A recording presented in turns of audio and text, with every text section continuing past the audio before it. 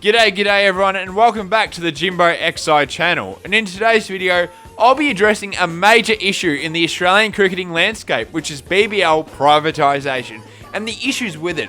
But first, let's go back to the proposal that Cricket Australia has in mind. The history. The cricketing world watched the England and Wales Cricket Board as they and some of their counties sell stakes of all teams to fully franchise the 100. Teams like the Northern Superchargers and Manchester Originals had majority of their stakes sold to IPL owners, while most teams were sold at 49%, giving the counties control.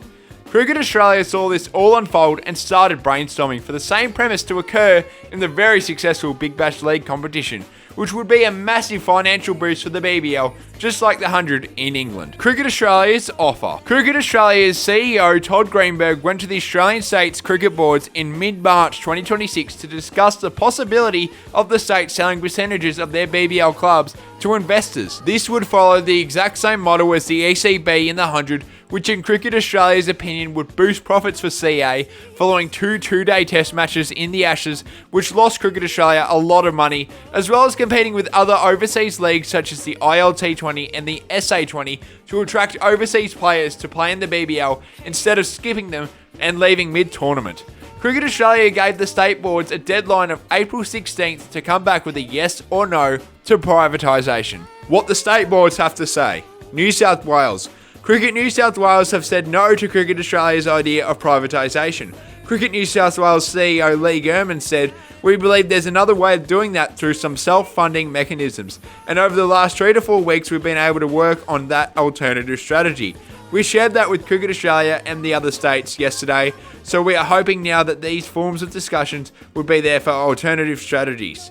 This means the Sydney Sixers and the Sydney Thunder teams will not be up for sale at all and will not proceed to the next stage." Queensland.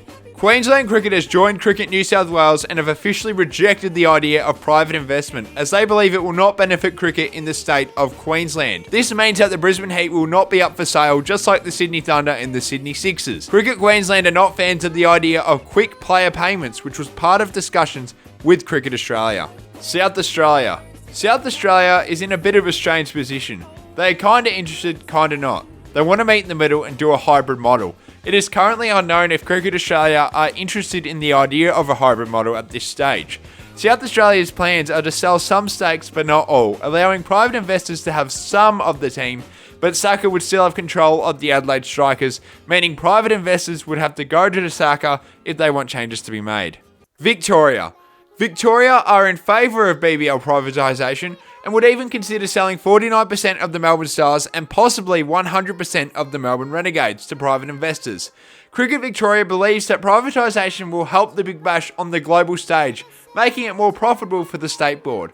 It is also widely believed that the appeal of playing on the MCG will lure investors to the Melbourne Stars or Melbourne Renegades, similar to the London Spirit who plays on Lords. An all-out bidding war occurred and they eventually went for £144 million.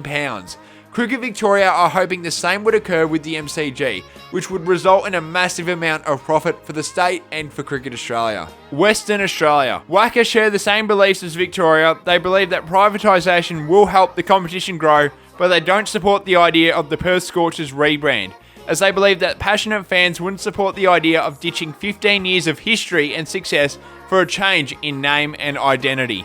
Tasmania. It is believed that Tasmania is in full support of privatisation and is even open to selling the Hobart Hurricanes. They are even open to rebranding the Hobart Hurricanes to a new name and franchise if the owner would like that. Cricket Australia need 5 out of the 6 states to support this proposal, but that has failed, as New South Wales and Queensland have both said no. This means Cricket Australia may have to move forward with a plan B, which is to sell stakes from teams from Western Australia, Victoria and Tasmania, with South Australia unknown at this current stage. In a bombshell report by Code Sports, it was revealed that 5 to 12 high-end BBL players are reportedly unhappy with the current privatisation situation, and they are also not happy with Cricket New South Wales and Cricket Queensland in particular. They have also stated they will not re-sign or sign new contracts until the current privatisation situation is resolved. This puts even more pressure on Cricket Australia to make a decision and to make one fast.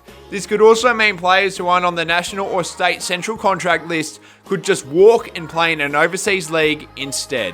My thoughts on this.